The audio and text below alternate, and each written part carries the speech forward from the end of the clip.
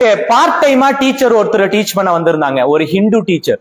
Teacher வந்து எல்லாரும் முன்னாடி அவமானம் அசிங்கப்படுத்துறதே கண்டினியூஸா வச்சிருந்தாரு. ஒரு கட்டத்துக்கு மேல எவ்வளவு அடிச்சாலும் அசிங்கப்படுத்தினாலும் அது சொரணையே இல்லாதவன் போல இருக்கானே அப்படின்னு சொல்லிட்டு ஒரு வார்த்தை என்கிட்ட சொன்னாரு. என்ன சொன்னாருன்னா, நீ மாத்திரம் 12th ஸ்டாண்டர்ட்ல பாஸ் பண்ணிட்டேனா? பாஸ் தான். 35 மார்க் எடுத்து, அப்பெல்லாம் 35 தான், 35 மார்க் எடுத்து பாஸ் பண்ணியாச்சுன்னா இந்த ஸ்கூலை விட்டு நான் போயிடுறேன், இந்த வேலையை விட்டே நான் போயிடுறேன்னு சொன்னாரு. எனக்கு ஆசை என்னன்னா, பாஸ் பண்ணணும்ன்றது ஆசை இல்ல, இந்த ஆளை வேலையை விட்டு துரத்தணும்ன்றதுதான் ஆசை. 12வது முடிச்சோன்னா எல்லாரும் செலிப்ரேட் பண்ணுவாங்க. இந்த இங்கு பழைய, நான் கவர்மெண்ட் ஸ்கூல், நான் சிஎஸ்ஐ ஸ்கூல்ல சொல்றேன், பிரைவேட் ஸ்கூல் பத்தி பேசல. அவங்க போய் பீட்சா வாங்கி கொடுத்து பார்ட்டி கொண்டாடுவாங்க. நம்ம ரேஞ்சுக்கு என்னன்னா வந்துட்டு பென்ல இருக்க இங்க் எடுத்து மத்தவங்க மேல அடிச்சு சட்டையை நாசம் பண்ணுவோம். சோ அந்த மாதிரி சட்டையை நாசம் பண்ணிட்டு எல்லாரும் கிளம்பி போயிட்டாங்க. தனியா நின்னுட்டு இப்ப என்னன்னா, அடுத்து என்ன செய்யணும் அப்படின்னு யோசனை பண்ணிட்டு இருந்தேன். வாட் இஸ் நெக்ஸ்ட், என்ன செய்யணும்னு தெரியல. ஒரு மாசம் போச்சு, ரிசல்ட் வந்துச்சு. அந்த ஸ்கூலே எதிர்பார்த்துச்சு நான் ஒருத்தன் அந்த கிளாஸ்ல ஃபெயில் ஆனவேன்னு சொல்லி. ஏன்னா அந்த அளவுக்கு மேத்தமெட்டிக்ஸ்ல நான் வந்துட்டு very very very worst student. ஒரு நாள் என்னுடைய பிரின்சிபல், ஹெட் மாஸ்டர், எங்களுக்கு சொந்தக்காரன் தாங்க எங்க ஊர்ல, அவர் எங்க அம்மாவை கூப்பிட்டு சொன்னாங்க, அக்கா இங்க பாருங்க, இந்த ஸ்கூல் வந்துட்டு ஒரு நல்ல ரெப்புடேஷனுக்கு இப்பதான் கூட்டிட்டு வந்துட்டு இருக்கோம். ஆர்சியில வந்துட்டு கேர்ள்ஸ் ஸ்கூல் வந்துட்டு பாய்ஸ் ஸ்கூலா மாத்திட்டாங்க. நமக்கு எதிரா வந்துட்டு அங்க நிறைய அட்மிஷன் நடக்குது. இப்ப என்னன்னா, நாங்க மேக்சிமம் ட்ரை பண்ணிட்டோம். உங்க பையன் அவன் தொடக்கத்துல இருந்து, அந்த 12th ஸ்டாண்டர்ட் தொடக்கத்துல இருந்து இந்த நாள் மட்டும் மேத்தமெட்டிக்ஸ்ல 15 மார்க்க தாண்ட மாட்டேன்றான். தயவு செஞ்சு சொல்றேன், இந்த ஒரு முறை அவனை ஃபெயில் ஆக்கிடுறோம், மறுபடியும் படிக்கட்டும் அப்படின்னு சொன்னாங்க. அப்படி சொல்லும் பொழுது எனக்குள்ள எல்லாரும் முன்னாடியும் ஏற்பட்ட மிகப்பெரிய ஒரு அவமானம். வாலிபம் தானே, வாலிபம், மிகப்பெரிய அவமானம். எனக்கு பார்ட் டைமா டீச்சர் ஒருத்தர் டீச் பண்ண வந்திருந்தாங்க. ஒரு ஹிந்து டீச்சர், பார்ட் டைம். அந்த பார்ட் டைம் டீச்சர் வந்து எல்லாரும் முன்னாடி அவமானம் அசிங்கப்படுத்துறதே கண்டினியூஸா வச்சிருந்தாரு. ஒரு கட்டத்துக்கு மேல எவ்வளவு அடிச்சாலும் அசிங்கப்படுத்தினாலும் அது சொரணையே இல்லாதவன் போல இருக்கானே அப்படின்னு சொல்லிட்டு அவர் என்ன செஞ்சாருன்னா, ஒரு வார்த்தை என்கிட்ட சொன்னாரு. என்ன சொன்னாருன்னா, நீ மாத்திரம் 12th ஸ்டாண்டர்ட்ல பாஸ் பண்ணிட்டேனா? பாஸ் தான். 35 மார்க் எடுத்து, அப்பெல்லாம் 35 தான், 35 மார்க் எடுத்து பாஸ் பண்ணியாச்சுன்னா இந்த ஸ்கூலை விட்டு நான் போயிடுறேன், இந்த வேலையை விட்டே நான் போயிடுறேன்னு சொன்னாரு. எனக்கு ஆசை என்னன்னா, பாஸ் பண்ணணும்ன்றது ஆசை இல்ல, இந்த ஆளை வேலையை விட்டு துரத்தணும்ன்றதுதான் ஆசை. எல்லா மனுஷனுக்கும் பழி வாங்கும் உணர்வுன்றது இருக்கும் இல்லையா? ஆமா, எனக்குள்ள இருந்த பழி வாங்கும் உணர்வு என்னன்னா, என்ன அவமானம் அசிங்கப்படுத்தவன இந்த இடத்துல இருந்து காலி பண்ணி துரத்தணும். அதுவும் துரத்துறது யாரா இருக்கணும்? நானா இருக்கணும் அப்படின்னு முடிவு பண்ணேன். உண்மையோ பொய்யோ, அன்னைக்கு படிக்கணும்னு ஆரம்பிச்ச ஒரு வாரத்துல exam, 12th standard public exam.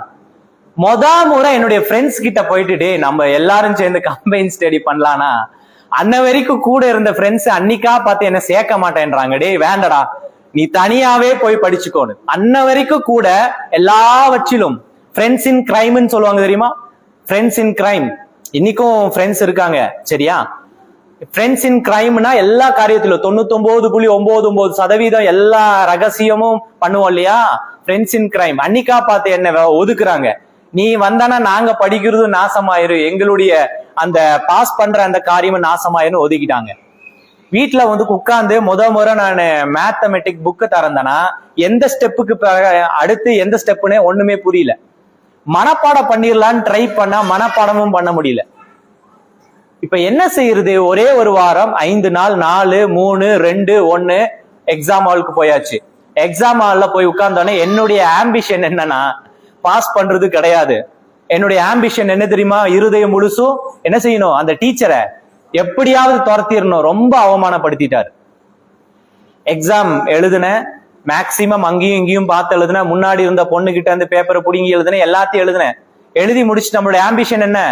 What is our ambition? அவன் இருக்கக்கூடாது என் கண்ணு முன்னாடி. யார் இருக்கக்கூடாது? என்ன திட்டுனவன், அசிங்கப்படுத்தினவன் இருக்கக்கூடாது. டார்கெட் அதுதான்.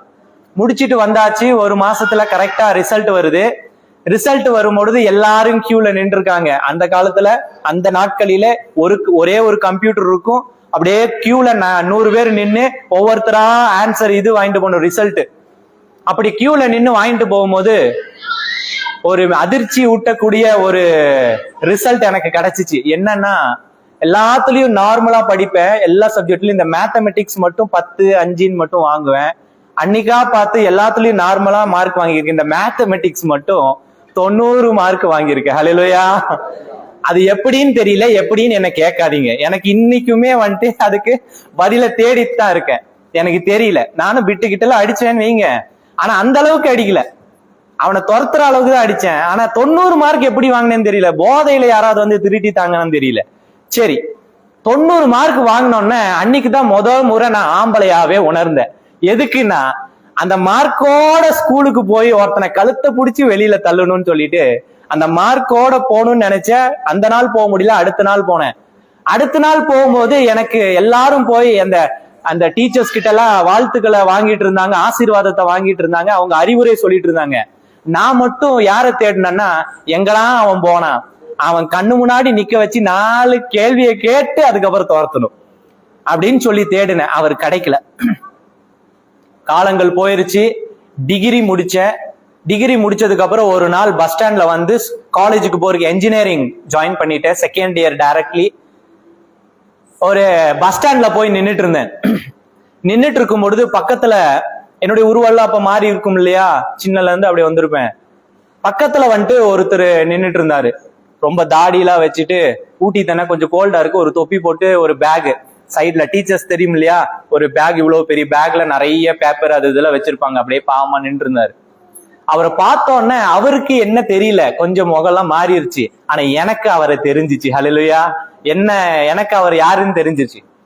எனக்கு இப்ப என்ன ஆனா, அவரை பார்த்தோன்னே எனக்கு மனசெல்லாம் பதறுது, பேசிடணும் அப்படின்னு. ஆனா இன்னொரு அதே சமயத்துல ஒரு இருதயத்திற்குள்ள ஒரு எண்ணம் ஓடுது. என்ன தெரியுமா, அவர் ஒருவேளை நம்மள பேசாட்டி மறுபடியும் நம்மள இன்சல்ட் பண்ணிட்டா அப்படின்ற எண்ணமும் மனசுக்குள்ள இருக்கு. அந்த பதற்றத்தோட அவரை போய் அணுகிட்டு குட் மார்னிங் சார் அப்படின்னு போய் அவர்கிட்ட குட் மார்னிங்னு சொல்லும் போது அவர் பார்த்துட்டு யாரு அப்படின்னாரு. சார், ரோஷன் சார் அப்படின் போது அவர் சொன்னாரு, டேய் என்ன பண்ற, எப்படா இருக்க? சார், டிகிரி முடிச்சுட்டு என்ஜினியரிங் காலேஜ் ஜாயின் பண்ணியிருக்கேன் சார், செகண்ட் இயர் அப்படின்னு சொல்லும் போது அவர் என்னை பார்த்து சொன்ன ஒரே ஒரு வார்த்தை தான், இப்ப தாண்டா சந்தோஷமா இருக்கு. என்ன சார், அன்னைக்கு ஸ்கூல்ல சொல்லாம கொள்ளாம உண்மையிலேயே போயிட்டீங்க. நான் அப்போ ஒரு பொய்ய சொல்றேன், நான் போய் உங்களை துரத்துவேனா சார், ஸ்கூலை விட்டு உங்களை பார்க்கலான்னு வந்து ஆசீர்வாதம் வாங்கலான்னு வந்தேன் சார், நீங்க போயிட்டீங்களே சார் அப்படின்னு. அந்த நேரத்துல ஒரு பரிதாபத்திற்காக, மனுஷனுடைய உதடுகள் பொய் சொல்லும் இல்லையா, மனுஷனை பார்த்தோன்னே அவங்கிட்ட இந்த காரியமாக நான் பேசுறது நல்லா புரிஞ்சுக்கணும். அப்போ அந்த நேரத்துல அவரை கவருவதற்கு நான் சொன்ன வார்த்தை, என்ன சார் போயிட்டீங்களே அப்படின் போது அவர் சொன்னாரு, டே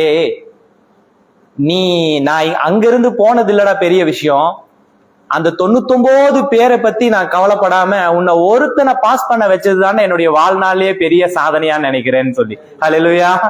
அந்த 99 பேர் பத்தி எனக்கு கவலையே இருக்குல்லடா. உன்னை எல்லாரும் அசிங்கப்படுத்தும் போது ஒரு டீச்சரா என்னுடைய நினைவு யார் மேல இருந்துச்சுன்னா, இவன் வாழ்க்கையில பெருசா உயரணும்னா இவனுக்குள்ள இருக்கிற அந்த நெருப்பை அவன் தெரிஞ்சுக்கணும்னு நினைச்சேன்டா.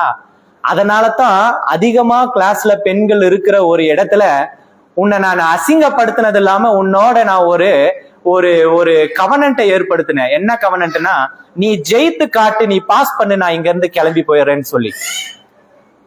நான் சாதாரணமா தம்பி செல்லக்குட்டி தயவு செஞ்சுன்னு உன்னை பரிதாபப்பட்டு உன்னை ரொம்ப அன்பா நான் வந்து கேட்டிருந்தேன்னா நீ இன்னைக்கு இந்த உயரத்திற்கு வந்திருக்க மாட்டேன். உனக்குள்ள இருக்கிற நெருப்ப நான் கொஞ்சம் தூண்டி விட்ட, அந்த தூண்டுதல் தான் இன்னைக்கு நீ ஒரு டிகிரியை வாங்கி இந்த சமுதாயத்துல மற்றவர்களை காட்டிலும் உயர்வுக்கு வந்திருக்கேன்னு சொன்னார். ஹல்லேலூயா, ஹல்லேலூயா.